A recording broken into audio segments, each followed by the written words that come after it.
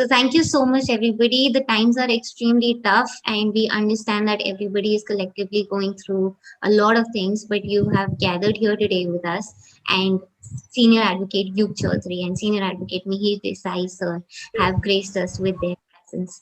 Thank you so much for that, sir.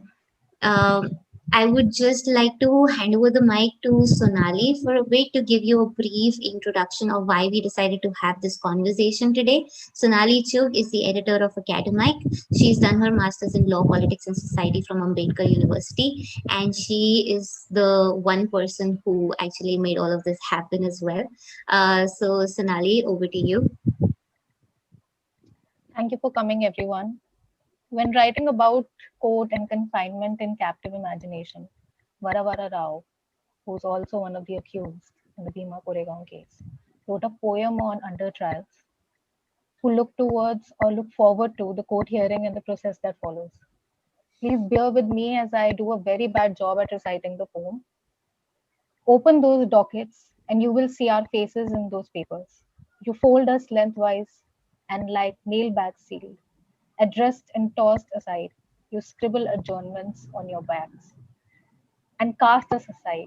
Between adjournments, arguments, and counter arguments, men's heads roll and their hearts are frozen between penalty and goal in the court halls of justice. This poem reminds us of Father San Swami hearing his.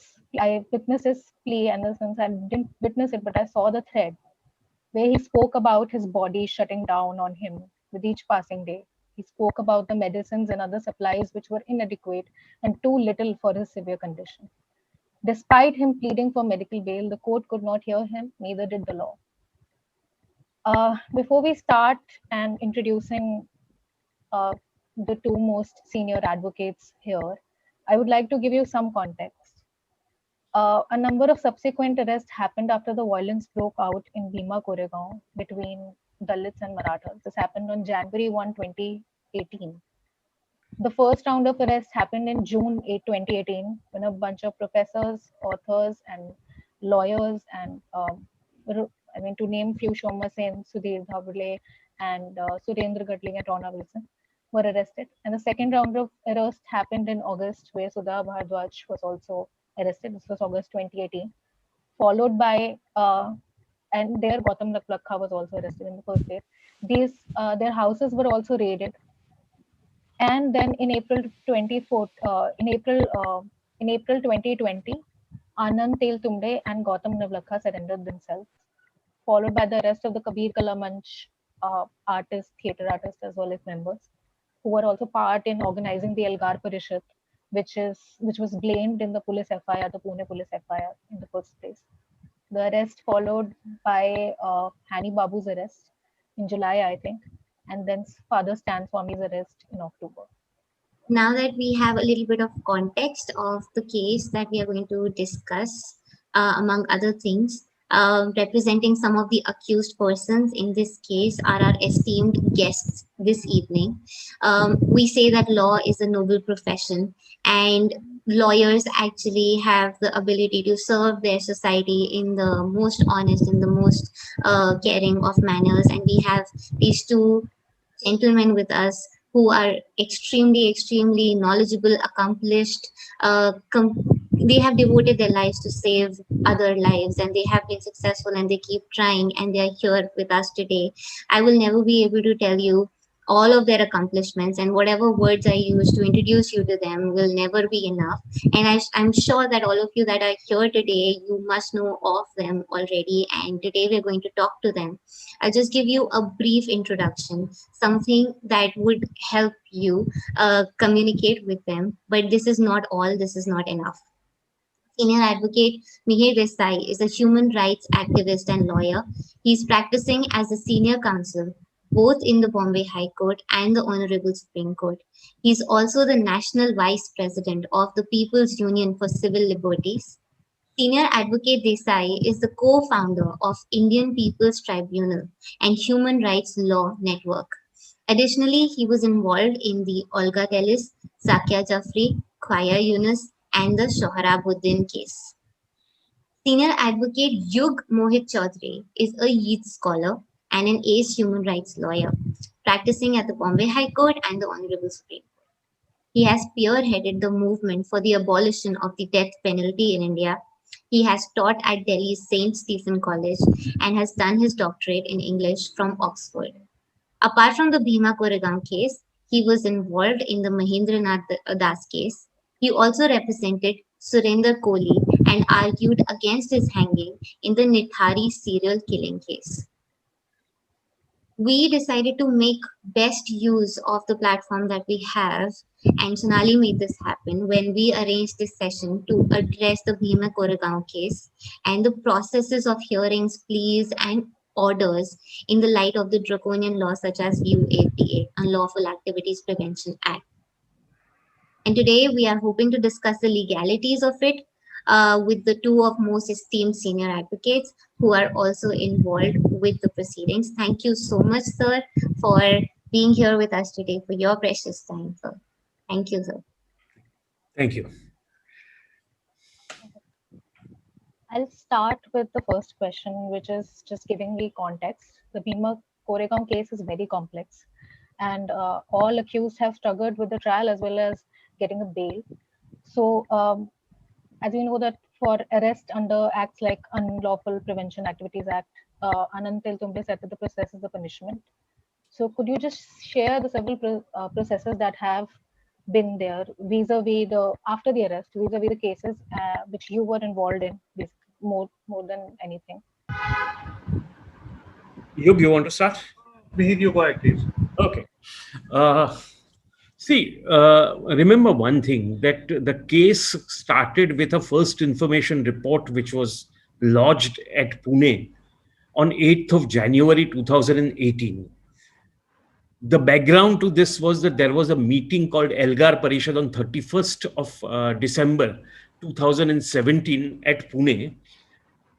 And this particular this meeting, every year there is a place called Bhima Koregaon where a large number of Dalits visit that place, because in order to commemorate a war which took place, a battle rather, not a war, but a battle which took place in 1818, okay, where Dalits on part of the British and against the Peshwai, and they treat it as the victory of Dalits, and they come every year to that place.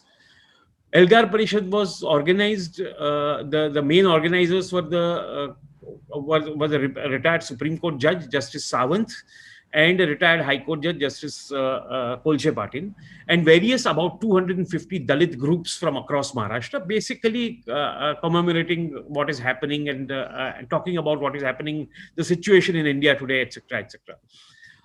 On the next day was the Bhima Koregaon, commemoration, which happens, which is not in Pune, which is a little away from Pune. And there was some violence. There were some attacks on Dalits, and FIRs came to be lodged.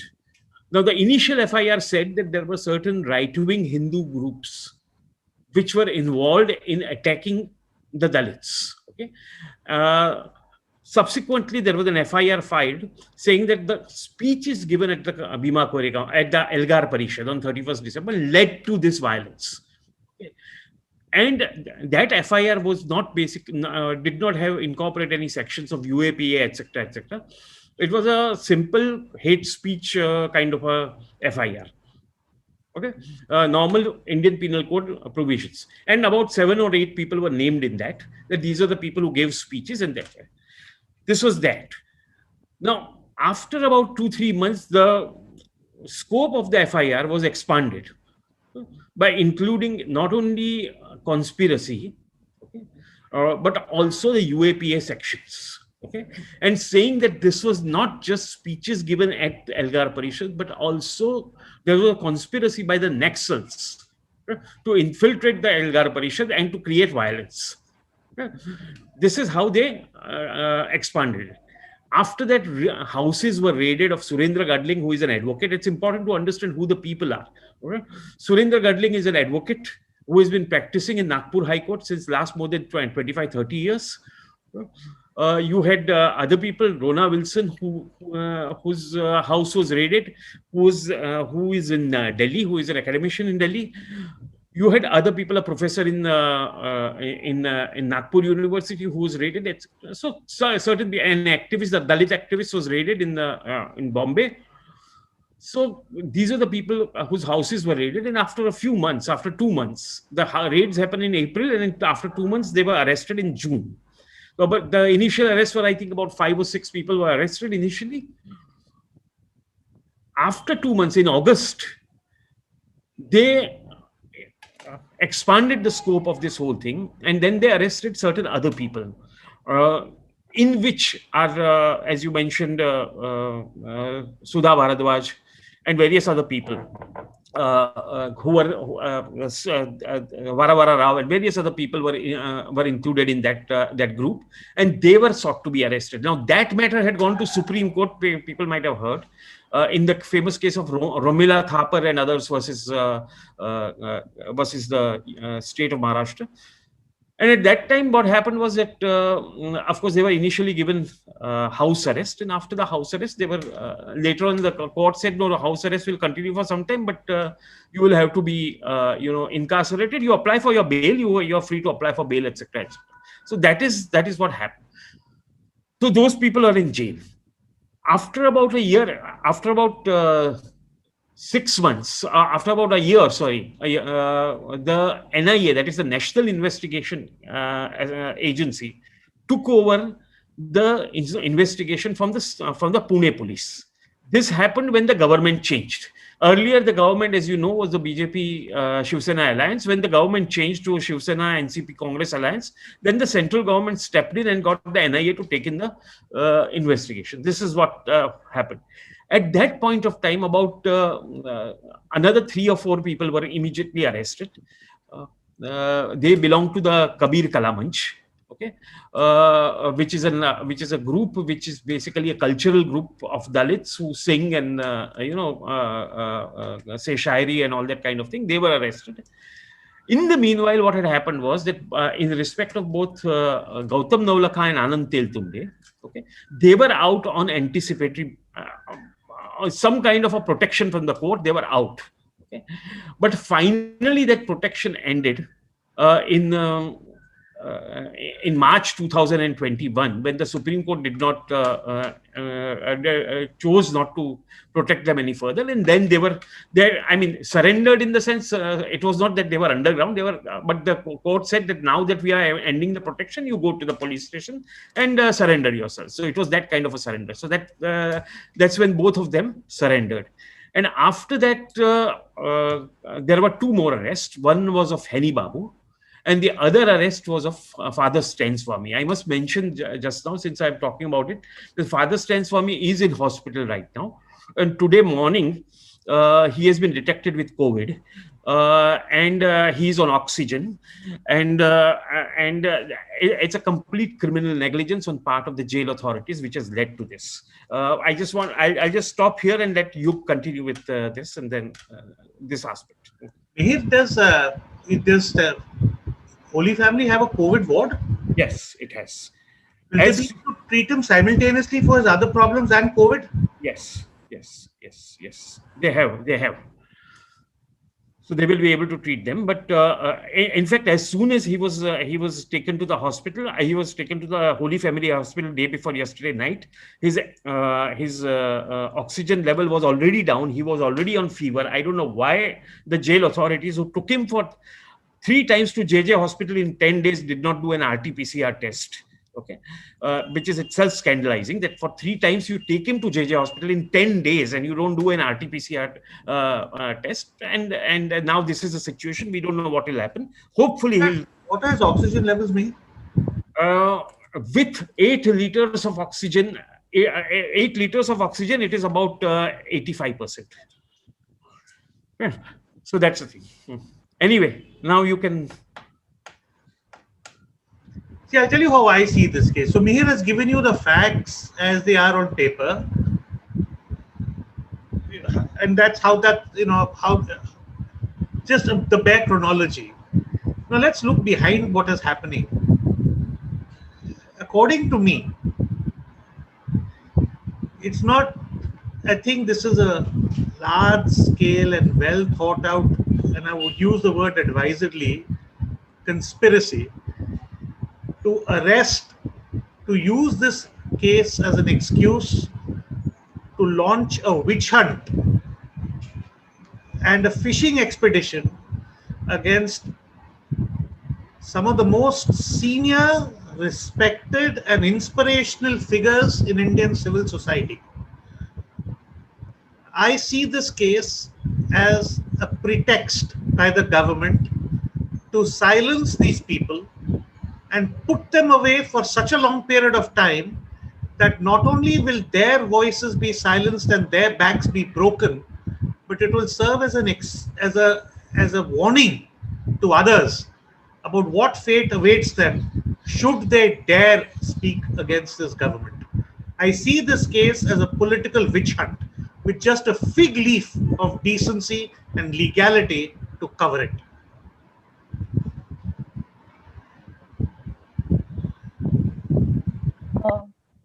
Because you said about that, I would like to. We had another question scheduled for you, but before we move on, I think it's better that I ask you about the same. Since you say that it is a witch hunt, and so this is a draconian law like the NSA, etc. And there was the decongestion of jails, which happened last year, and the court ordered for high power committees to monitor the release of prisoners on bail or parole. And again, this year the court ordered for the same, that people who were released last year should be released again. But in 2020, amidst the pandemic, Hani Babu and Father Stan Swami were also arrested. Do you think that this presents a dichotomy in the way the court interprets the rights of prisoners and also like under trials? And how exceptional is UAPA, NSA, etc. in that case when they work despite of and because of the health emergency that was there? Here you go first. You go. You spoke very little. No, I don't want to speak more, Mihir. No, okay, fine. Anyway. All right, I take this first. See, the way the courts there is a big difference in the manner in which the courts approach an IPC case, a regular murder, robbery, rape, cheating, forgery, and the way they approach a case under UAPA, which is a political case. And this is not just a standard political case, it's a case in which the government has a very strong vested interest. Now, in a normal UAPA case, the courts are extremely deferential to the government and the prosecution. In a case such as this, which has such clear political leanings and overtones, and in fact is very evidently a witch hunt, the courts have been overly compliant and subservient to the government. It is shocking. It is a scandal. It is a disgrace. The court should have shown a bit of spine. They should have shown some independence. They should have scrutinized the material that was presented to them by the prosecuting agency as a justification for arresting and keeping these people in custody. Because there is just no material worth the name to justify these people being arrested and kept in custody. But till date, 2 years have passed and not a single court has scrutinized the material. Now, you would never find this in an IPC case. You would never find this in a non-political case. It's shocking. How many times have we been to court and still the court has not even examined the material? Something as basic as this evidence, they have filed so many charge sheets against these prisoners. The question we are asking again and again, is all this material, let us believe it to be true. Is it admissible in a court of law under the Indian Evidence Act? Not a single one of these documents that they claim that was seized from the computers of these activists, not a single one of them is admissible under law. And yet, on the basis of these fraudulent documents, these people have been kept in jail for 3 years. The NIA won't come forward and defend the legal admissibility of these documents. The court won't ask them. And we have been crying in the wilderness again and again, and we have not been getting any answers.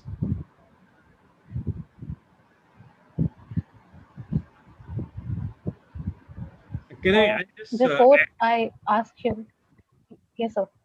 no, I was just first of all, I just wanted to say that I completely agree with the political and legal analysis which Yug presented. I'm both in terms of the see. Look at the kind of people who have been arrested. Okay, they are lawyers, social activists, trade unionists, academicians, cultural activists, okay, activists who work with tribals. It's like a whole range of people from different segments of society, okay, who are in a sense anti-establishment, yes, okay, because they question the establishment's various policies, not because they are violent, but because they question the establishment's various policies, okay. So the whole all constituencies have been arrested, trying to send in a message that if you speak against us, this is what is going to happen to you.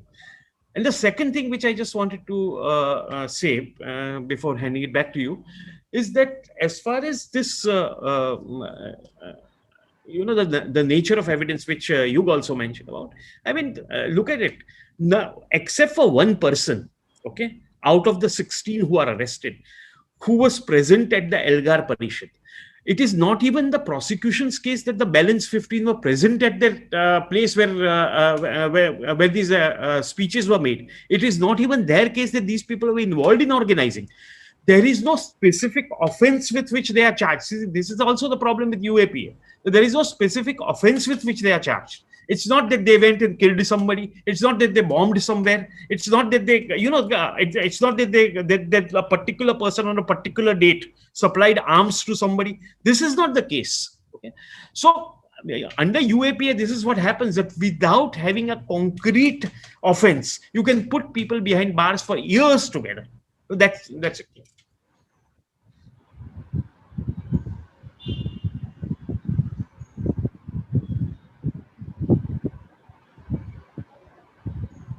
Ali? Yeah, go ahead.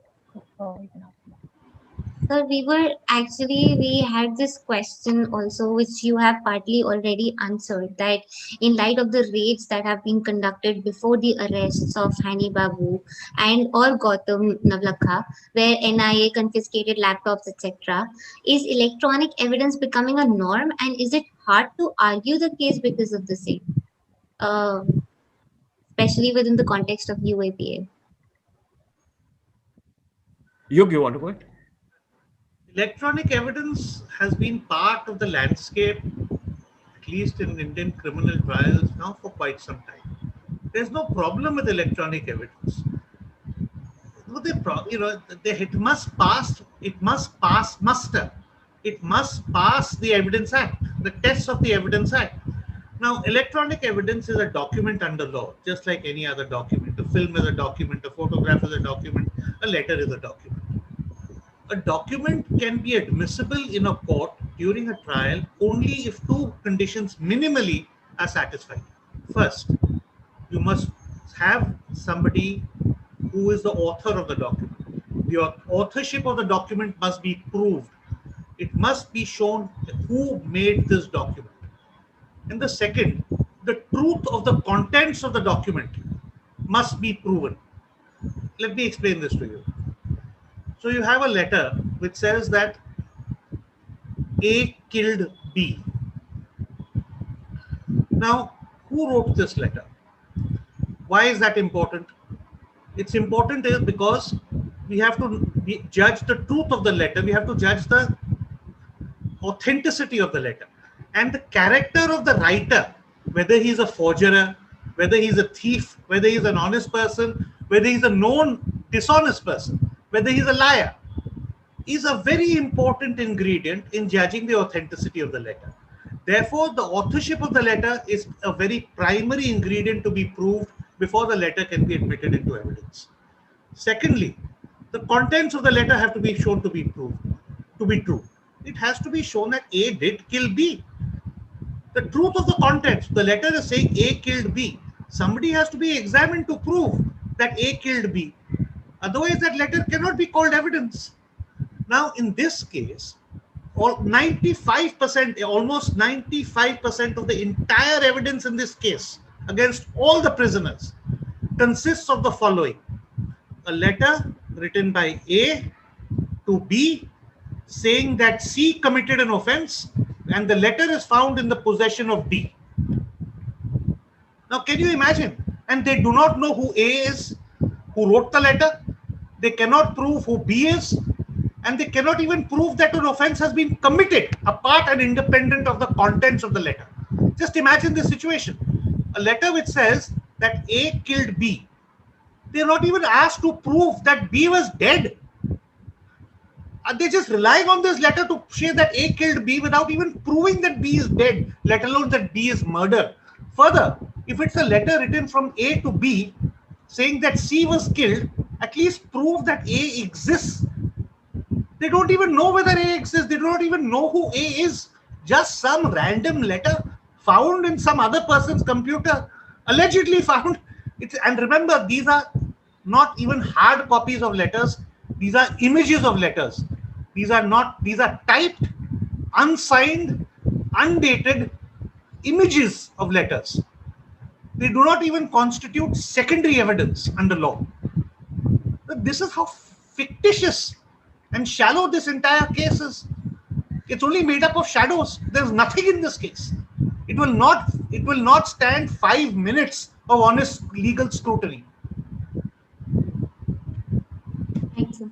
And just to add to what you said, just to clarify it a little further, that these are not even emails. Okay, I can understand if it's an email written by A to B. Okay, these are not even found in emails. These are just typed copies supposedly found in somebody's computer.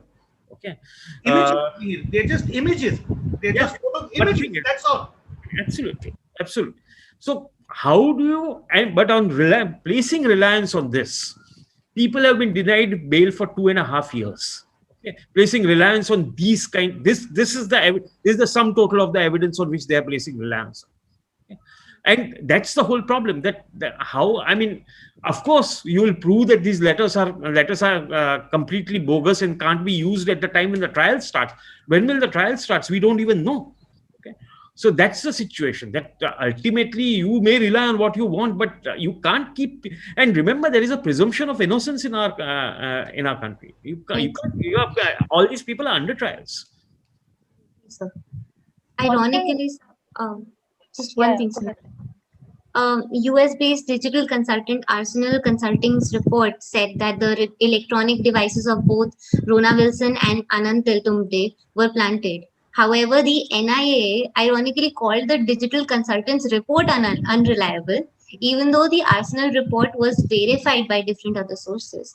And here they are relying, just like you relayed, relying on pictures of some letters and keeping them behind bars. If this was reversed, if let's say that NIA was presenting the report and it said that this is what the activists have done, and this was some outsourced report, which NIA said that you cannot bring in this evidence at this moment. But if it was the prosecution story that this has been done by these people and a certain agency show this, that would have been okay and acceptable by the court. Well, look at it this way.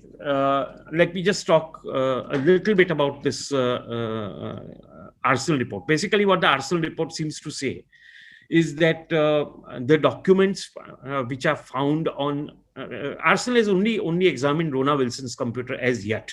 Okay, and what they say, and a number of these documents by which, say, Anand Teltumbde is being prosecuted, is on the basis of something found on Rona Wilson's computer, written by somebody else to supposedly to Anand Teltumbde, not found from Anand Teltumbde, not found from that other person, as Yug was saying, but found on Rona Wilson's computer and image. Okay, this is the basis on which they've gone. Now, what Arsenal says is that they've conducted a study, and they found on the basis of a study that these documents were actually planted on the computer of Rona Wilson by an outside agency. They were planted there. They do not originate from his computer. They are not typed on his computer. They are never opened on his computer. Okay, so this is what the Arsenal report says, and some of us are trying to use this report in court. Okay, to disprove what the NIA say. That's the basic thing. So a study was commissioned, and they've done a study, and by an internationally reputed organization, and this is what they have found on the basis of the clone copies supplied to us by the prosecution. I would like to also ask, since you're talking about evidence and you're talking about bail also, Section 43D5 is one of the many reasons that UAPA is considered draconian. And but there was a setback in the Zahoor Vatali judgment, which made inadmissibility of prosecution documents irrelevant when deciding bail cases.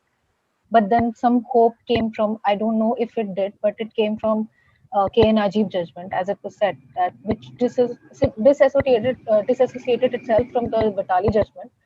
But it said that now that we're deciding is the granting bail on accounts of violation of Part 3 of the fundamental rights of the Constitution. So could you just explain what 43D5 is and what is your opinion on the same? And both Vatali judgment and K. Najib judgment, did they have any impact on Bhima Koregaon, or has it made arguing difficult or easy? Yug. Yeah, sure. Vatali's judgment says, you see, let me first tell you what 43D5 says. 43D5 says that unlike normal criminal jurisprudence, unlike 437 and 439 CRPC, which is the power of a court to grant bail, 43D5 will govern the criteria for bail in all UAPA cases. So the first thing is that regular bail jurisprudence will not apply. Second, 43D5 further says that a court will only grant bail if, on perusal of the police papers, it reaches the conclusion that there are strong grounds to believe that the accused are guilty, prima facie guilty.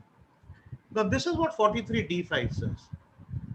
Our Supreme Court, in Vatali's case, went many steps further. 43D5 is an obnoxious provision. But in Vatali's case, the Supreme Court went many steps further and said, instead of reading it down, they, I think, read it up and said that questions of admissibility, authenticity, genuineness, reliability cannot be gone into at all during a bail hearing.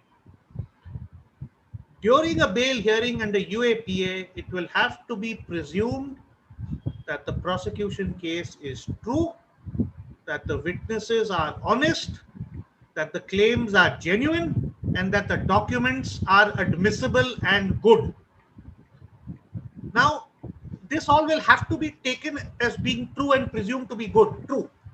It is only after presuming all this do you then look into the question, is there evidence which would suggest that the accused are prima facie guilty? And only on the basis of the prosecution documents, which you cannot question.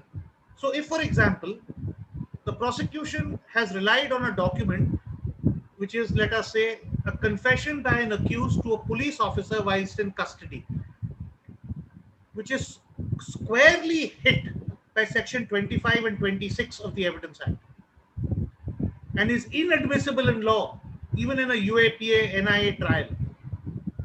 Suppose the only evidence adduced by the prosecution is such a document, and you apply for bail saying there is no evidence against me which is admissible in a court of law, the court will tell you that on the basis of Vatali's judgment, we cannot decide whether or not, we cannot even look into whether or not this document is admissible.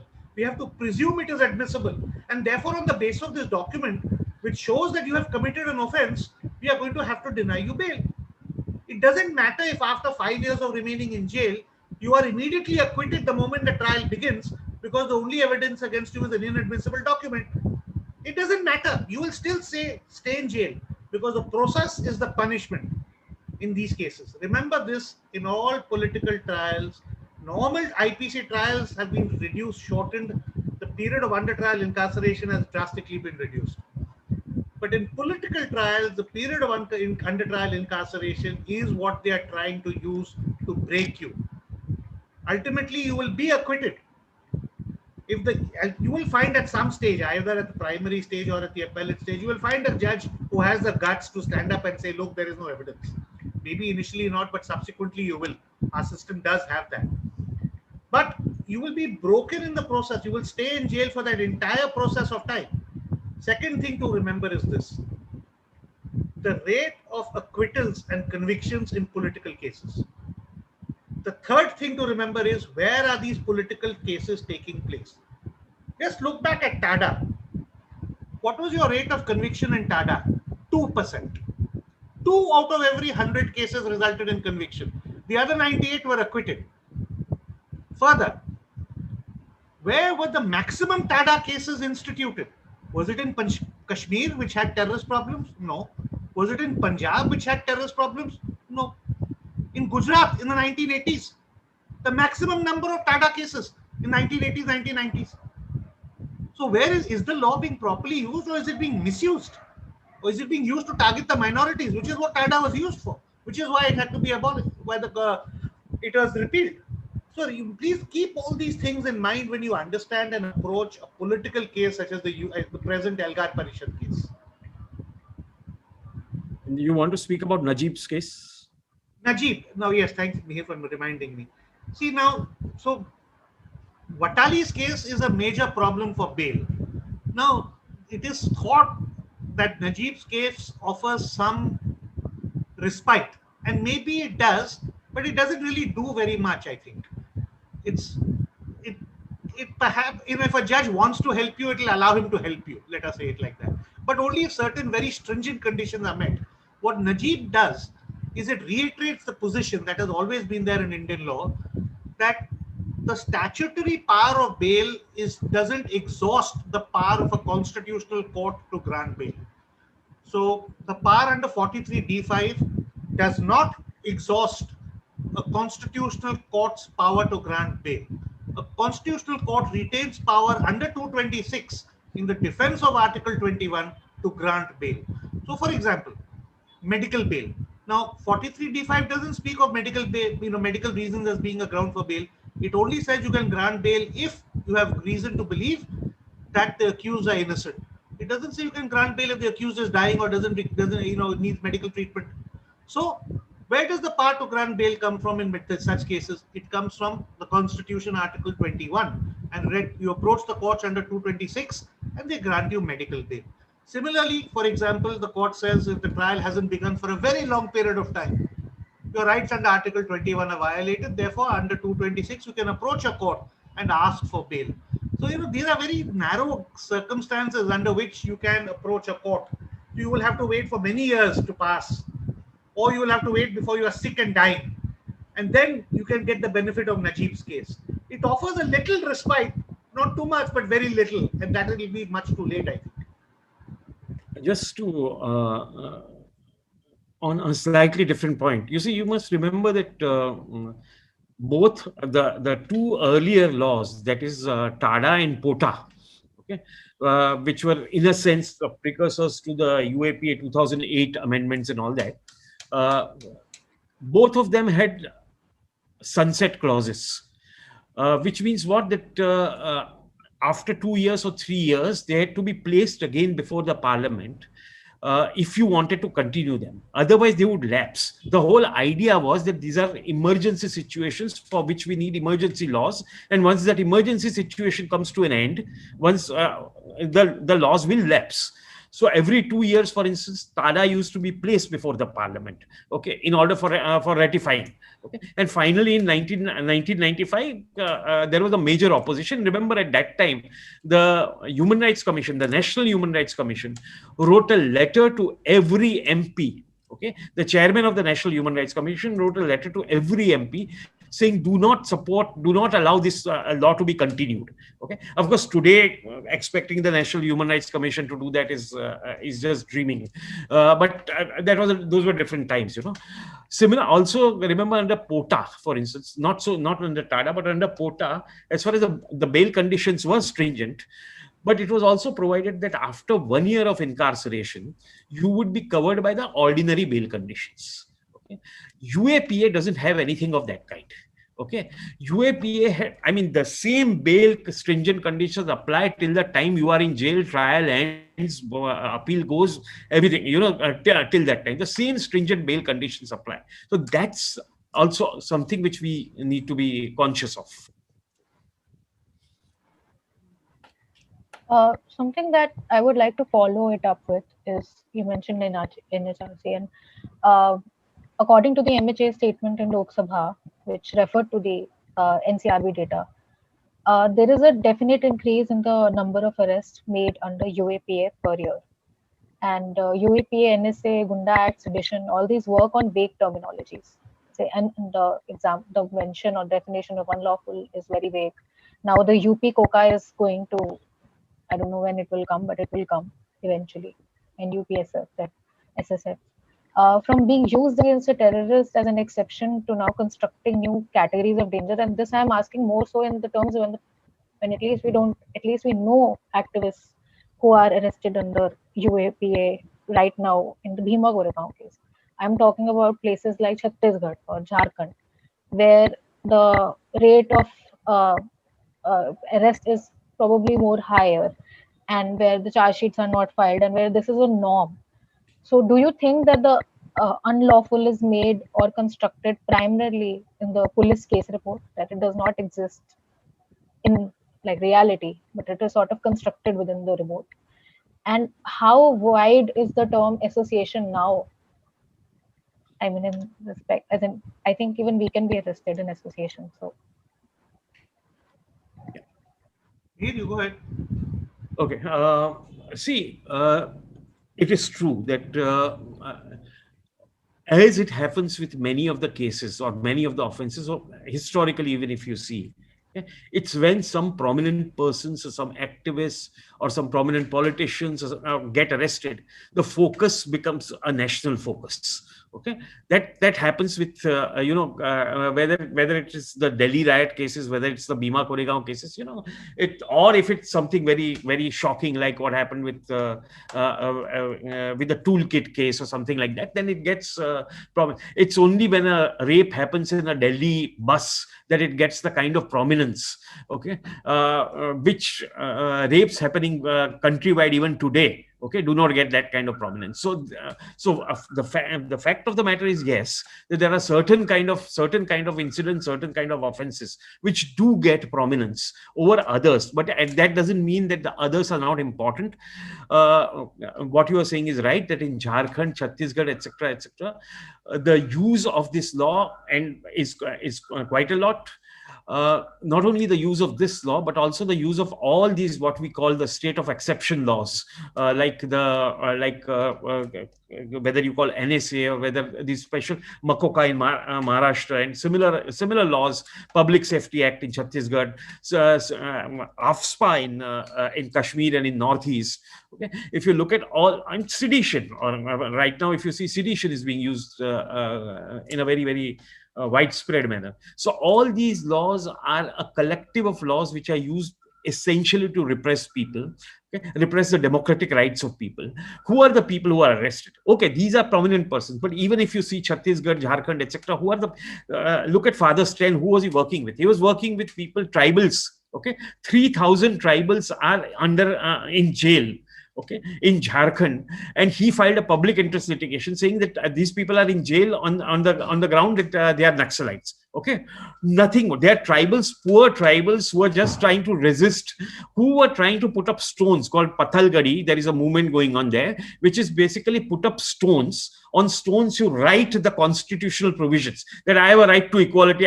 For that, they are being arrested, put behind bars under UAPA. And Father Strain had filed a petition opposing that, and then so he gets arrested. You see, so yes, all these kind of NSA is being used very. Look at the doctor who was arrested in UP for exposing a scam, or you have people being arrested in Northeast under sedition. You have people being arrested in UP. I mean, it's just the kind of terrorism, state terrorism, as one would call it. Okay, is so widespread, and they use. There were times when they were going beyond the law. But now what they are doing is they have acquired the art of using the law against people. Okay, using repressive laws against people, and that is something which is happening in a very widespread manner, and something which we all must fight against, and we must as students or as lawyers, we must speak out against it. It's very important. Absolutely, sir. Sir, would you like to, sir, would you like to add No, to that? Nikhil has said everything that needs to be said on an answer. It's a complete answer. Nothing further to add. Thank you. Absolutely, sir. So there are newer forms of draconian that have started operating despite the presence of UAPA and NIA. For instance, UPCOCA, which mimics MACOCA at the state level, or the Gunda Act. So do you think that these laws that are Macoca. localized, Macoca, Yeah, Macoca. right? So do you think that these laws that are localized, and that is why they present a more dangerous situation? And do you think that the same is meant to target certain communities, which are meant to keep people in prisons for longer, just like it's happening in UAPA? Yes, of course, you're right. So they are far more dangerous because their scope is they target a lot many more people. Now, if you look at the Chhattisgarh Public Safety Act, for example, it has provisions which are similar to UAPA, banning banning various things which should not ever be banned. And the local act, in its application, doesn't require sanctions. It doesn't require so many of the protections that are there in other central laws, and they are applied very rampantly across the state by the police. So these local acts, which mirror the larger central acts, are in a sense much more pernicious. Yes, you're right about that. Sir, would you like to share your opinions as well? No, I completely agree with what Yog is saying, and you are right that even if you see forget UAPA, even if you see the general population in prisons, okay, like you have about 4,75,000 people in prisons across the country today, in today's time, okay, and you have about 60% of those being either scheduled caste, scheduled tribe, or Muslims. So obviously it reflects a reality which is not reflected in the actual population of these people. So there are certain communities which are being which are easily, you still have, I know this, even 5 years or even possibly today it exists. Like earlier, you have this criminal tribes law, okay, where which has been repealed now. The Criminal Tribes Act, there used to be a Criminal Tribes Act where an offense happens in an area, you just arrest somebody from a particular tribe because it's supposed to be a criminal tribe. Now that has gone away from the this thing, letter of the law. But if you go to the police station, they still maintain diaries of these criminal tribes and who are the members of those tribes. Only because they belong to a particular tribal community, they are presumed to be guilty of offenses. So you have this happening across the country. Yeah. Right, sir.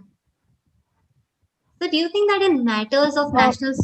Yes, Sonali. I was going to ask the same question, that do you think that in matters of national security or terrorism, the courts are they give up in terms of, they always favor the prosecution, and that is something that we have observed in previous judgments also, in Afzal, starting from Afzal Guru. If we were to look and read the judgment to now, do you think that this, again, the Vatali judgment is also sort of indicative of the same thing? So could you just share your opinion on the same?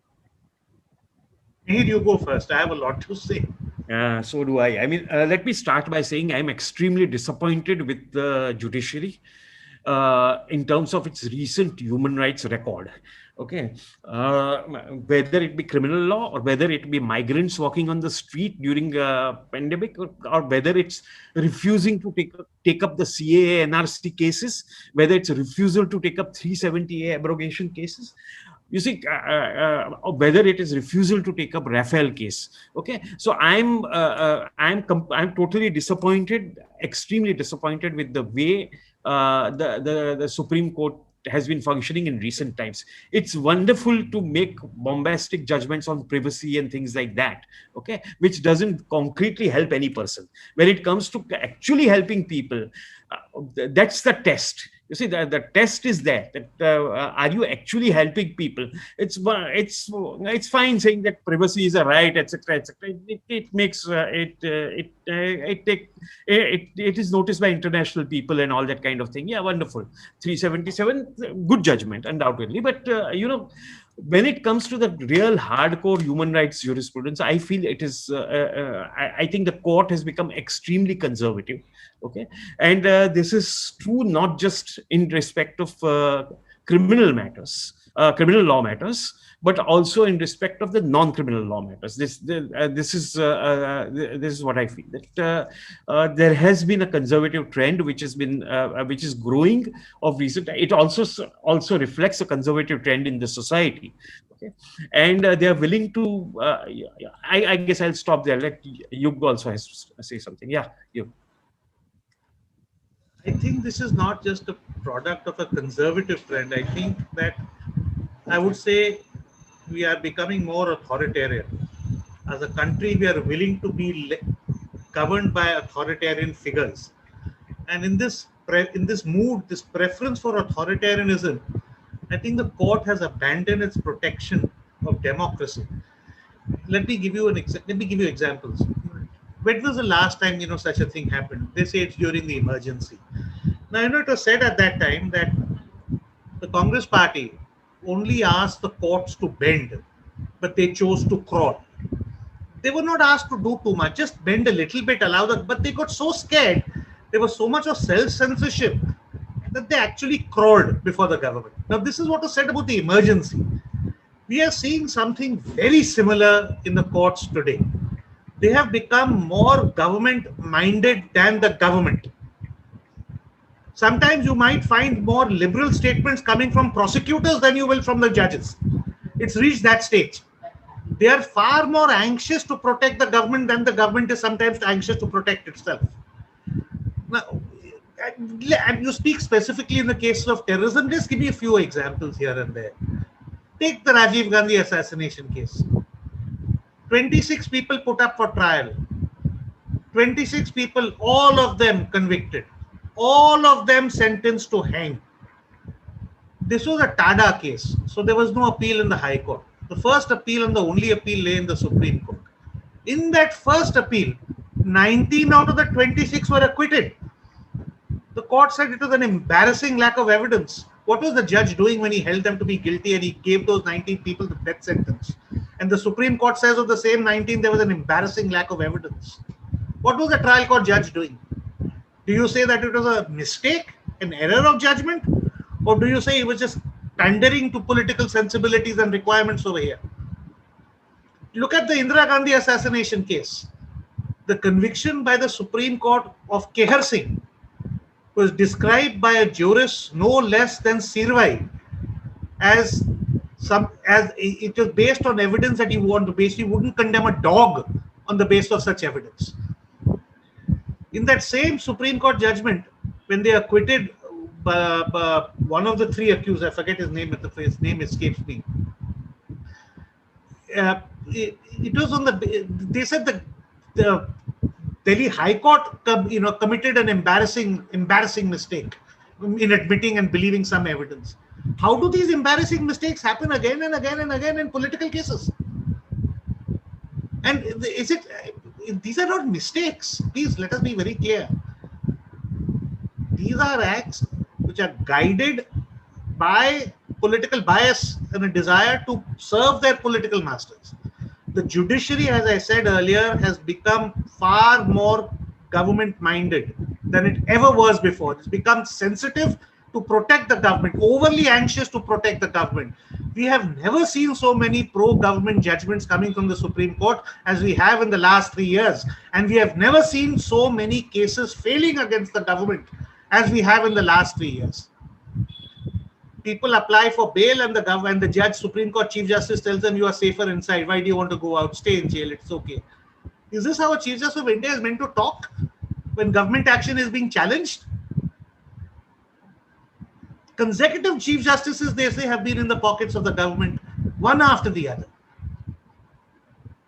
Where is the independence left in the judiciary? How can you expect the judiciary to independently approach a case when the kind of material that is coming out against these judges is there? It's in the public domain that judges, government has it against them.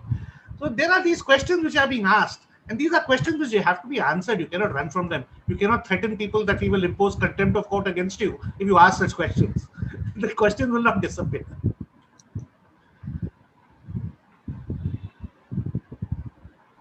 If I'm not wrong, I think Justice J.S. Kheher also in 2017 said that terror convicts get access to justice, but the victims don't.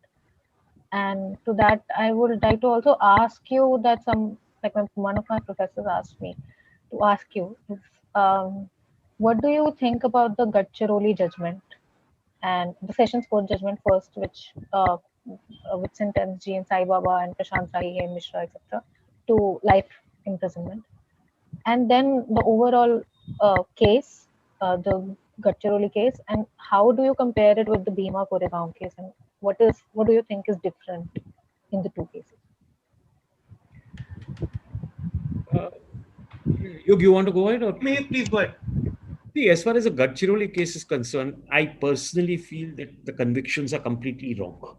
Okay. Again, the evidence, this is the time when they started using this computer electronic evidence in order to show that that person is guilty. So I feel that trend started at that if not there, then actually during Binayak Sen's case earlier, when he's convicted, of course, and but his appeal is pending.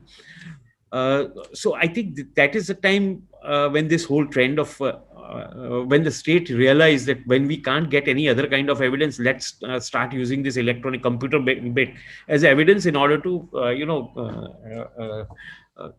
imprison or convict people, etc., etc.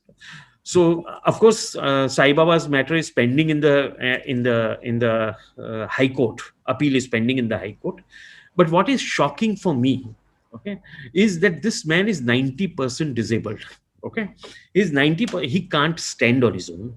He had, apart from being 90% disabled, he has some 20 other comorbidities. He is a heart patient. He has a spinal problem. He has diabetes. He has blood pressure. You name it, and he's an ideal kind of a model for a doctor who wants to start out and practice, and getting all the illnesses together in one patient. And still, the court has been refusing to grant him medical bail. And this is something which for me is really shocking. Okay, and today, let me just say, today it's such a struggle for us, and I guess Yug will also agree that whether it's Sudha, or whether it's Henny, or whether it's Varavara Rao, or whether it's STEM, just to get them into a hospital is a struggle. Okay, I mean, forget getting bails and all that is a long-term problem. Today, just to ensure that they stay alive, okay, they stay alive, who are otherwise fit persons, they stay alive is a struggle. This is where we are, I mean, you want to arrest an 84-year-old man, an 85-year-old man, a 90% disabled person, put them behind bars for what?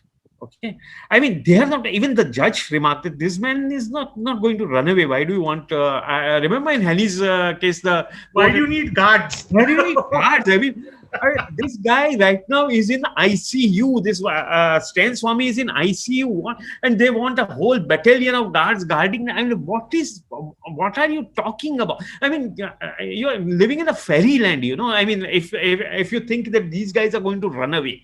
Okay. And anyway, none of them was underground when they were arrested. They were all doing their work, whatever they were teaching, they were writing articles, whatever it is. So yes, I do feel that I feel one of the major things about the case of Gadchiroli case. Of course, I don't want to go too much into evidence and all that because it will take a long time, because you can get into the evidence. But essentially, remember, it's a computerized evidence which they are looking at. The second thing which they look at, and that's important, always bear in mind, Just two other things I wanted to speak about UAPA. One is, of course, what they are doing now. Okay, and in affidavits in our bail applications which they have filed, they say that you are part of a particular organization. Okay, that organization is not banned, but that organization is supposedly a frontal organization of a banned organization, and therefore you are guilty. Now, first time for instance, I am vice president of PUCL. Okay, it is mentioned in Stan Swami's reply to the bail application that he belongs to PUCL, which is a frontal organization of. So today, technically, I should be behind bars. Okay, because I openly belong. Okay, I avowedly belong to that organization. Okay, apart from the fact that Arun Jaitley was also part of it and Ravi Shankar Prasad was also part of it, that's a separate issue. But the point is that so the point I'm trying to make is they suddenly throw it on you that you belong to a frontal organization. This frontal organization is not part of the list of UAPA. It's not part of the schedule of UAPA. It's not notified through a government resolution as being a banned organization. Okay, these are the only two ways you notify an organization. Either you put it in the schedule or you notify it as an unlawful organization. So neither is done, but they throw it on you and judges accept it. Now this is the situation which we have come to. So that's one thing. I think I just wanted to harp on this the fact about frontal organizations, which any and every organization of which one of these people is part of is treated as frontal organization. You are part of this frontal organization. They are Naxalite fronts. Ban them. And therefore you are a criminal, and therefore you should be behind bars. Yeah. If I could just supplement what Mihir said,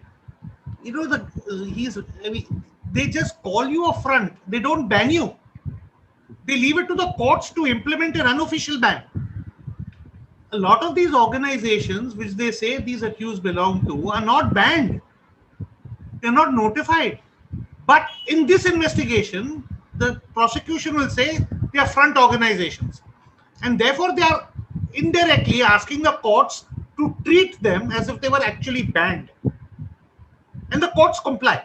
They've always complied. So let me give you one example. IAPL, Indian Association of People's Lawyers, is an international organization with an Indian branch called IAPL. It has members who are lawyers, only lawyers are members, lawyers from all over India are members. Very senior lawyers used to be, the president of this organization was Justice Suresh, if I'm mistaken, not Mihir. Yes. Now, Sudha was the vice president of this organization. A judge of the Bombay High Court is the president of this organization. And they are saying this organization is the front. And they're saying it now for the first time. They've never said it before. They're saying it in this chat sheet that this organization is a front. Until today, they have not banned this organization themselves. But they are asking the court to treat this organization as if it was a banned organization. And the courts have complied, and these people are still in jail. Again and again, the courts are denying them bail.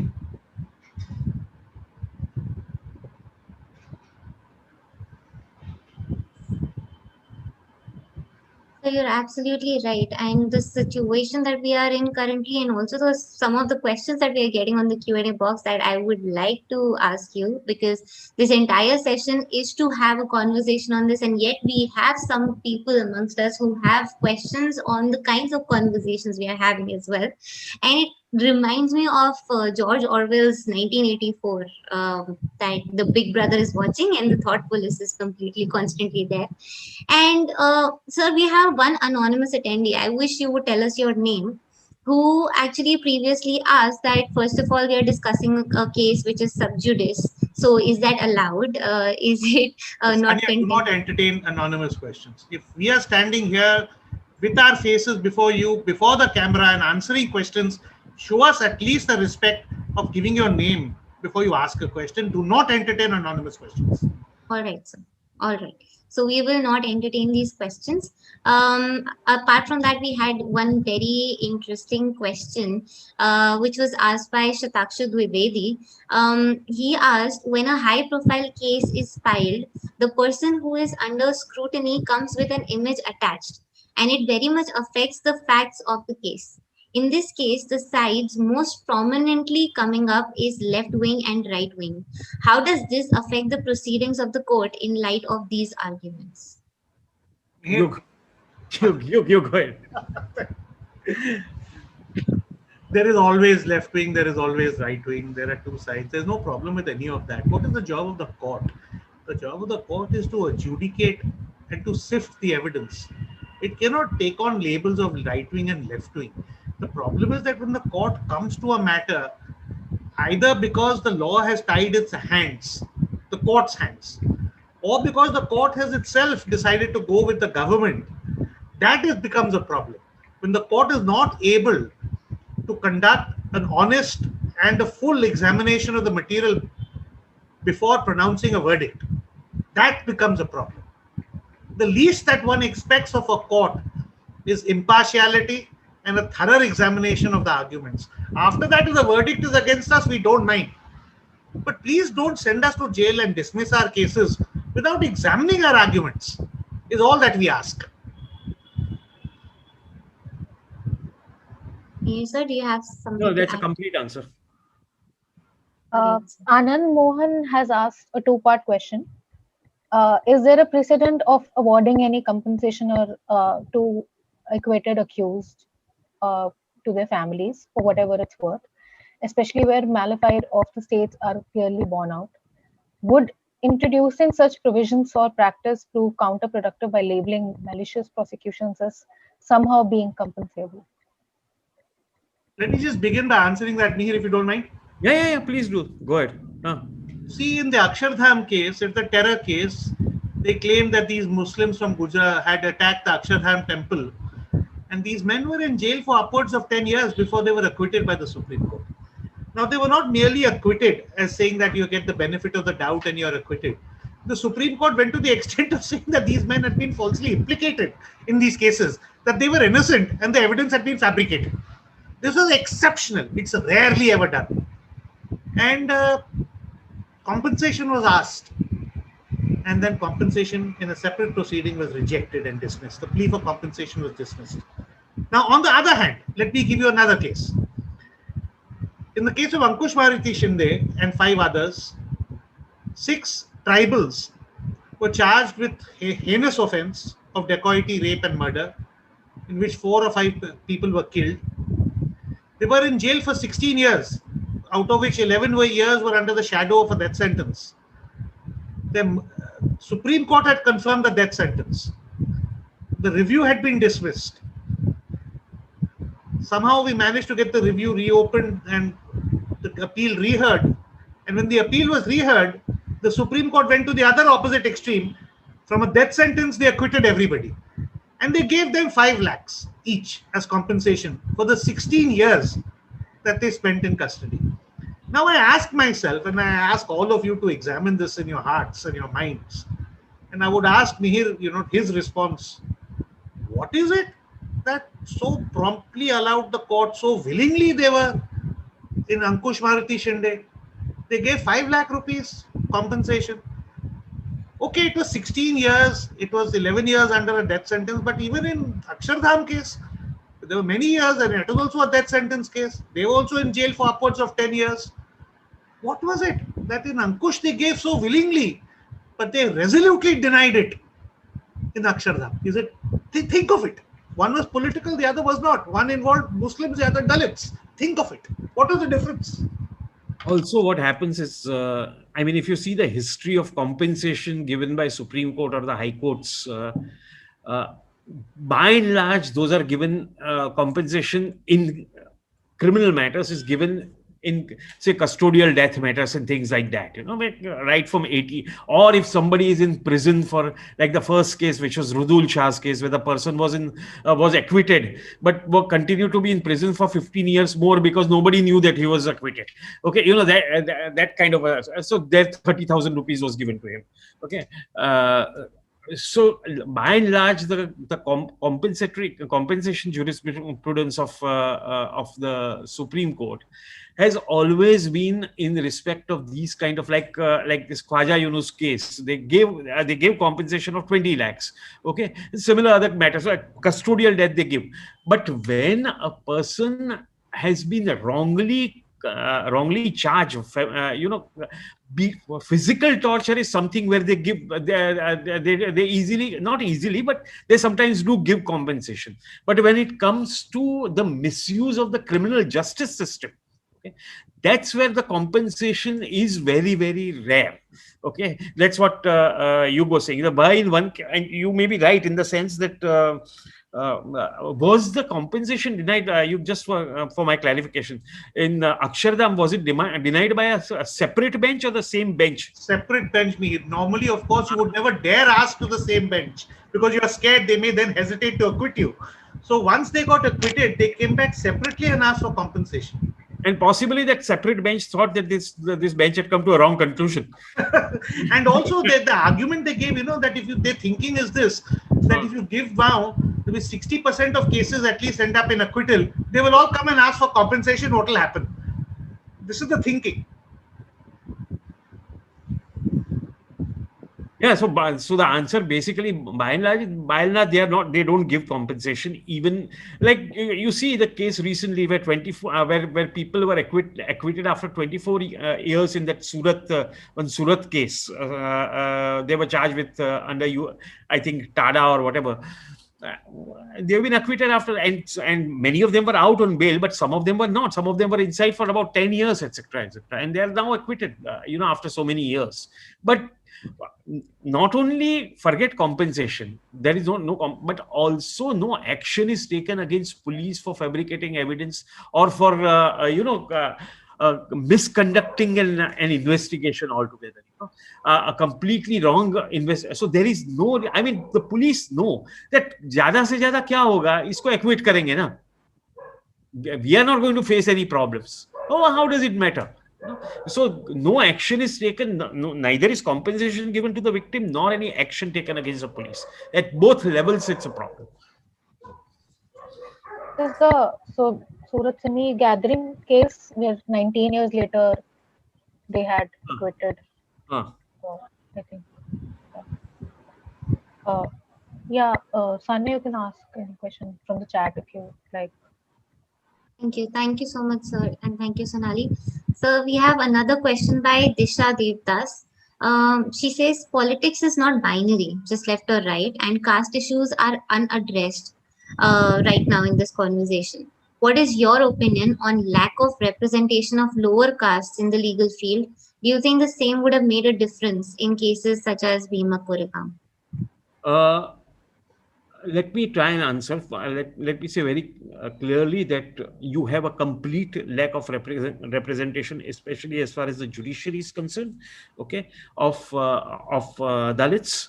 You have inadequate representation in police force, and even when there is some representation in the police force, the higher officers are mainly non-Dalits. You have a inherent caste bias which runs through society, which runs through all our establishments also. Okay, so you have that. You look at the judgments which are coming in under the Atrocities Act. There are atrocious judgments. Some of the judgments are atrocious under the Atrocities Act. The kind of requirement which is put in order to make it out to be an atrocity. So you have a situation where despite 70 years of independence, despite there being some amount of reservation, you have Dalits who are Dalit issue is not taken seriously in the judiciary or in the administration. This is a huge problem. And the good thing is there are some Dalit organizations who are fighting very, very vehemently for it. But what was shocking for me, let me look at it from another way. When Anand Teltumde, one of the most leading Dalit activists gets arrested, you hardly have any protests from Dalit organizations. Similarly, when Kabir Kala Manch people, who are all Dalits, most of them, not all, but most of them are Dalits, were arrested, you didn't have street level protests. I personally feel, and this is my personal opinion, that street level protests are very effective. And when you don't have them, okay, it reflects on the kind of support a person is getting. So yes, it's true that Dalits are definitely marginalized, definitely in judiciary, in various other fields, and yeah, I mean that's what I can say. Let me just supplement this by saying that I want to address the second part of your question, that what is the effect of the underrepresentation of Dalits in the judiciary. Just take whether it is Dalits, let us take women. Look at state of rape jurisprudence in our country today. What you have on paper is one thing, all very nice. Look at what the judges are doing case after case. Now, if you had more women judges on the bench, do you think these kind of obnoxious statements that are coming out from these judges, where they are making rape accused tie rakhis to women they have raped and allowing them to go out on bail, you think if these judges had women judges, their sister judges sitting there with them, next to them, meeting them every day in the lunchroom, you think they'll be able to look them in the face? Do you think they would have ever passed the judgments? Let me talk about Muslims. Do you think if there were more Muslim judges, more Dalit judges, you would have the kind of judgments that are coming out today? Do you think they would have allowed the government to do what it's doing today? Look at the state of manual scavenging today. Look at what is happening about the implementing these laws. Courts are doing nothing. Of course, with greater Dalit presence, you would have much greater justice for Dalits on the bench. If from the bench you would have much greater justice. No doubt about it. I would say this not just for Dalits, I would say this for women, I would say this for Muslims. We need a much more representative judiciary. Till today, it's male dominated and upper caste.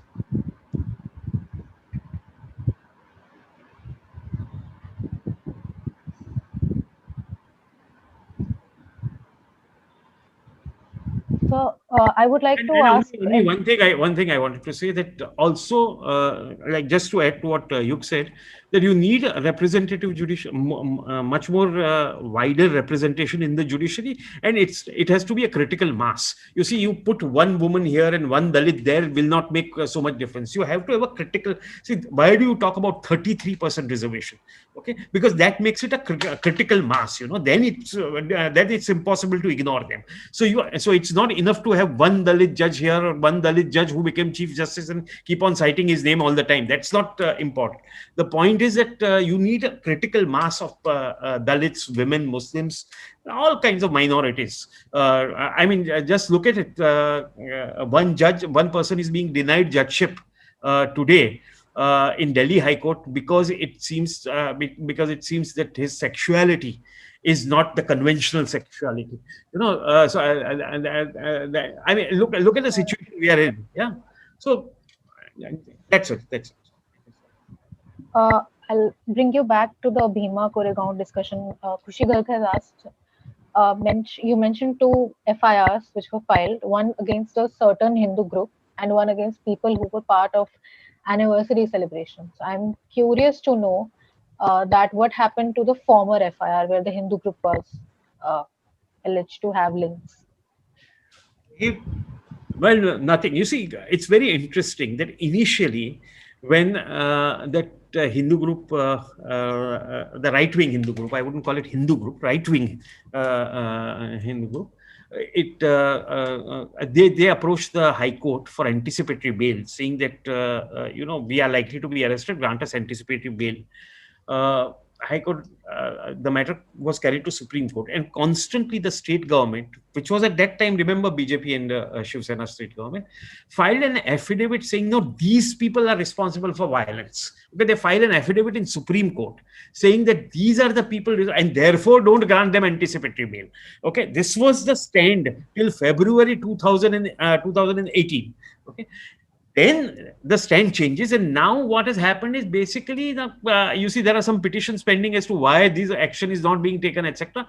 But nothing is happening in those. No charge sheet is filed. Nothing. I don't even know whether they continue to exist. Those FIR or closure report is filed. I don't know what has happened, but at least no serious investigation in respect of that FIR has taken place.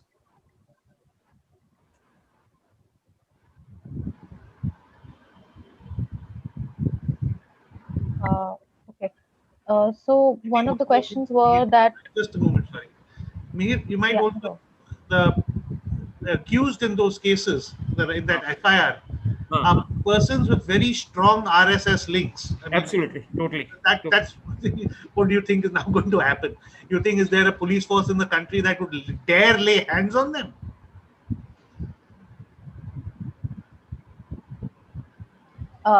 I would like to direct you back to the case that we were thinking, and probably if you could explain us what is going on with Sudha Bhardwaj, Gautam Naglakha, and since Sudha Bhardwaj also has some comorbidities, and Hani Babu, who had a severe eye infection and could have gone 80% blind because of that, and Stan Swami sir, all of that, if you could update us. See, look, I mean, these are all old people, you know. No, I mean, not. For example, Gautam is, I think, about 70 today. Sudha is 60, 61. Stan is, of course, 84 plus or something. Vara is extremely old. The others are all middle-aged, and they all suffer from various kind of middle-age, the problems that you get in middle age. And they're being kept in jail in extremely unhygienic conditions, fed a terrible diet with poor medical facilities.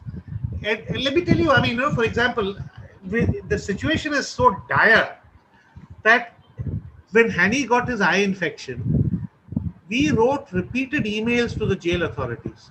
We made about 18 calls to the jail authorities. The superintendent refused to come on the phone. He did not answer any of our emails. It took them then 9 days or 10 days to take Hani to hospital. And the eye infection kept getting worse. The jail doctor was telling Hani, I can't treat you here. I don't have the resources. I don't have the material to treat you here. You have to go to hospital. But the jail authorities are not taking them to hospital. Now, this is due to lack of escort. It's due to negligence, whether it's due to other reasons. It's difficult to say, but look at the conditions of our jails. Are these, I mean, can you really justify keeping people in these jails, people like this, who have got no criminal record, who are middle-aged or very old? How do you justify keeping them in jail? And they don't pose a flight risk. There is no threat of any tampering of evidence because the evidence is all documentary evidence. It's already in the possession of the prosecution. There are no witnesses to speak of, so there's no threat of tampering of witnesses. Who are the witnesses? Only the investigating officer who sees these hard drives. There is no other witness in this case. What? So you're not, you're not a threat of for flight risk. You're not going to tamper with witnesses. You can't tamper with evidence. Why are you keeping them in jail? Just one thing I would like to update all of you that as I think at the beginning I mentioned that Stan Swami has been detected with COVID. And he was shifted to Holy Family just 1.5 days back, and he's now detected with COVID under the RT-PCR test. So we had to inform the jail authorities because there are people who came in touch with him. Okay, there was an attendant, there were other people who were in touch. So we had to tell them, you test them. Okay, because first of all, these people didn't test Stan Swami, though they took him to hospital 3 times. They never tested him. RT-PCR test was never done. So now they tell us, during the time when this meeting is going on, I receive a message saying that jail authorities want to send their own doctors to conduct RT-PCR test on Stan Swami in the hospital, in Holy Family Hospital, where he is lying in ICU under an oxygen. Look at the. I mean, it's comedy, it's tragedy. It's crazy. You know, it's just crazy. I mean, if you look at the jail conditions, they are so bad, so pathetic. Jail. I mean, Taloja jail, where all these people are there. Okay, it is supposed to be having an hospital. Hospital doesn't even have facility for a blood test. Doesn't have compounder. Doesn't have nurses. Has 2 Ayurvedic doctors who are the only doctors in the hospital with 3,500 people in jail. Okay, this is the situation. Okay, so any little test they have to do, they have to take him to a hospital outside, because though they have a hospital, the hospital doesn't have any infrastructure, no consumables, no perishable, nothing there. So this is the situation, you know. And anybody, even I or you, I mean, even one of you who are youngsters, okay, even if you are sent to that jail for 6 months, you will fall in. I mean, forget people with comorbidities and all. Anybody will fall in those jails. Absolutely. I think that Dr. Kafil Khan had also written a letter when he was in jail saying that for people, 100 people, there's just one washroom or there's just one place that they all go to. And I mean, this was really important for that reason. Maybe just I want to like ask towards the end, just ask one question that something that I learned while I was researching on something similar, and I saw that things that were done while UAPA, the amendment of the 2019 amendment, did not come in place. Things that were done on ground usually were slowly taken up in the amendments. So things that they used to do earlier also were now converting into more permanent way or permanent forms of law. So could you just throw a light on some of, I mean, if I'm clear, if I'm not, I can like repeat or be better at it. You go ahead. I didn't quite understand. No, I also didn't follow. Sonali, can you explain a little bit what you are asking? So for instance, that there are certain new things on, I mean, the new amendments that followed in UAPA and also they followed in NIA. And these sections or these amendments were already being followed on the ground. It was just that it was officiated and made amendment differently.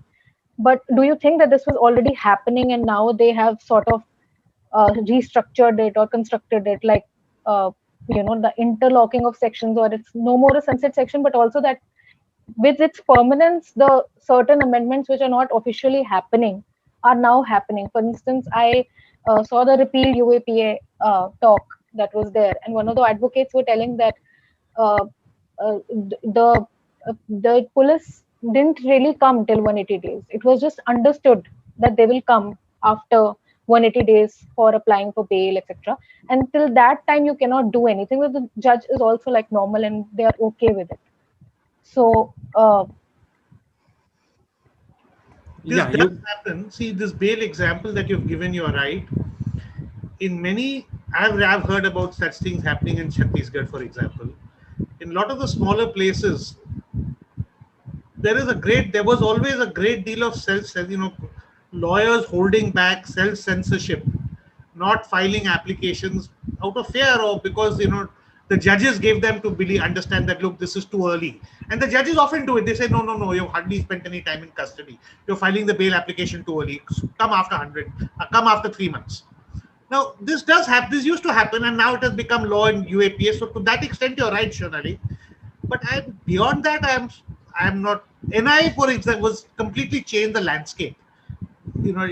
Before NI, you didn't have anything like this. The whole force was created with the NI Act. NI completely changed the landscape. So I don't know whether things that were there in the NI Act were earlier pre-NI were actually being used unofficially. I don't know about that. I'll just add to what on the issue of NIA. I just wanted to say, because there was also a question I saw in chat. Why NIA and why not CBI? Now, remember one thing, that CBI is under the Delhi Special Police Act. You need the state government's permission in order to refer a matter to CBI. Okay, so there is certain amount of federalism which is that the states have certain power. Okay? Now, this under the present establishment, you are completely doing away with federalism altogether. whether it's 370A, whether it's farmers' laws, whether it's the labor codes, which were earlier being made, farmers' laws or agricultural laws were made by the state government, now you have the central government, whether it's the Delhi amendment to the Delhi Act by which the Lieutenant Governor has been given all powers. So federalism is being eroded completely. That's one of the things. Authoritarian government, one of the major things is they centralize everything. So they are trying to centralize everything by doing away with federalism. And that is what NIA does. That for NIA to be used, you don't need the state government's permission to take over a case. As long as it's a scheduled offense, you can always take over that case to the central government, unlike under CBI where you need the state government's permission. So that's how NIA is also being used much more, now. You want to see the use of this, the centralizing, centrifugal tendency of the state to trespass, of the center to trespass on the state's territory, to take over cases where they have no business, because law and order is a state function.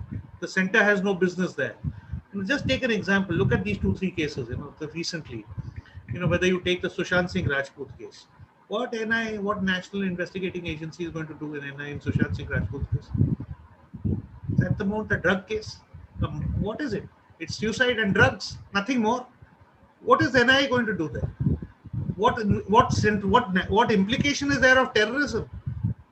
You take the Parambir Singh, this police commissioner, fight with Deshmukh. What is it a case about? It's a case of corruption. What more? And it doesn't go beyond corruption. How does NIA come into the picture here? Let us say the placing of a car laden with bombs that they are making as a pretext. It was look at, how, there's nothing in that. How do you bring the NIA into all this? Where is the UAP aspect to bring the NIA into this? Everything is just you make some fictitious complaint, make some allegation of terrorism, and the NIA comes into it. It's as simple as that. Yeah, I think they amended the NIA Act along with the UAPA, and after that, everything is under NIA now. So, thank you for joining, sir. There's this question, if you would like to take, which is asking more clarity on house arrest in criminal matters. If you'd like to take as the last question.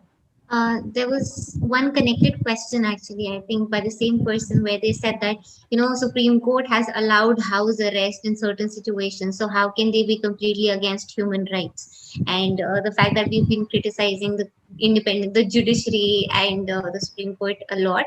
And what is the solution? Let me answer this. So the case in which they have now said house arrest should be more liberally granted, it was in Gautam Navlakha's bail application in the Supreme Court. It was a case where they rejected the bail and sent him to jail.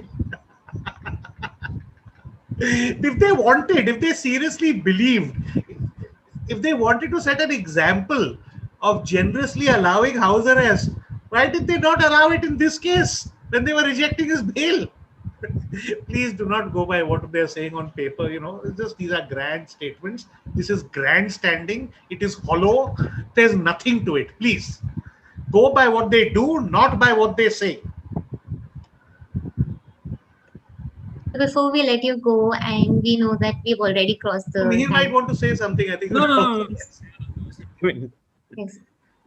So thank you so much, because this was so much needed. I know a lot of people are very, very scared to even speak up. We were also thinking multiple times whether or not, to do it, how controversial it may be, and then we'll upload it on YouTube, and there'll be a lot of discussions around this. But that is the entire point, that if we are seeking a solution, and we've had, this is a culmination of a lot of questions that we got today also, that where do we go from here? That if we are turning authoritarian, if everything is politicized like this, if our freedom to speak, our right to free speech is also being violated, so left, right, and center. So if all of that is happening, what is the way forward? What will be the solution? And part of that is to continue having these conversations, in my opinion. And I would love for you to also, on a parting note, and also one last question that we got, and I found that very enduring. It was that you see all of this happening on a daily basis. How do you still have faith in humanity, and how do you keep motivating yourself, representing the accused, and still trying to fight for the right thing, fight for their lives? We'll go first. Well, first of all, I enjoy doing what I do. See, if you are all the time, don't do it if you are going to get depressed. I enjoy doing the kind of work I do. I get happiness out of it. Okay. That's one thing. Okay. It doesn't mean that I enjoy getting thrown out by courts from time to time and all that, but the process itself is something enjoying, in the sense that it gives me satisfaction. Okay, it makes me feel happy that if I'm able to give some help to some people. So that's one thing. Second thing is, please understand that these are also cycles. What is happening, you are today seeing as young people, possibly you have seen only the last 5 or 10 years, but we have also seen the times when things were much more rosier, much more better, and we are sure, and at least I am sure, that things will change for the better. But things don't change for the better on their own, and I always have faith in humanity. That humanity ultimately, I mean, look at what happened in Germany, look at what happened subsequent to that, etc. So you see, these are things which do happen, but humanity is always overcome them. Only thing is that you cannot overcome them by only thinking about them. You will have to act on that. Okay, so if you are lawyers, then I would urge all of you to act on this. Do some kind of human rights work. Speak out from time to time when certain issues bother you. Don't keep quiet because somebody is watching you, this, that, and the other. I think that's very important for everybody. That the only way to change things is by talking about things, by criticizing what is happening. Nobody is telling anybody to take up arms and all that. That's not the issue. The issue is that at least speak out about what is happening. Speak about what is happening. Be critical when you see some power being misused, etc., etc. And I think that's very important. That's it. Yog. Now let me take two questions that you asked. The first being, where does hope lie? How do you see this improving? Wherein is the solution? I think central to everything Mihir and I have said, is the judiciary being independent. The judiciary must stand up against a powerful state. I don't care about right-wing, left-wing governments. It don't matter. I'm concerned about an independent judiciary. And let me tell you, there have been witch hunts of an equally pernicious nature under the Congress regime. Let us not think that witch hunts are the preserve and the prerogative of the BJP. They are not. They are there in all governments which want to reach and overreach. So you need a strong and independent judiciary. Without that, there is no hope. Our only hope is that from the top to the bottom, the judiciary discovers that it has a backbone. If they are going to behave like invertebrates, we have no hope. That's the first thing. The second thing, you spoke about the hope for humanity, faith in humanity. Don't mix up governments and police officers with humanity. There is a great deal of humanity in this world. You have to only hear what Father Stan says about how he has been helped in prison by other inmates.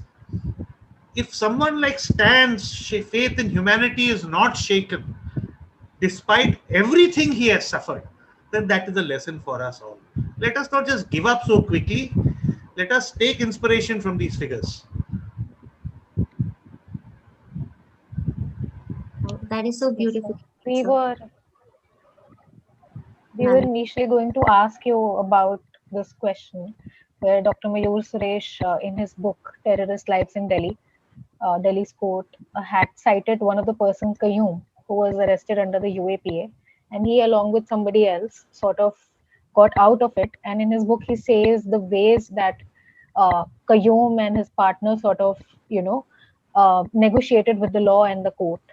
So probably that's what we are left with, and it will eventually take its own course. Thank you for coming, and thank you for taking out the time and being so, clear and speaking with clarity. Yes, And thanks a lot. Thank you for not mincing your words also. yes. Thank you very It was much. really nice having you around. I hope that this was worthwhile your time. Absolutely. So before we let you go, just one last thing.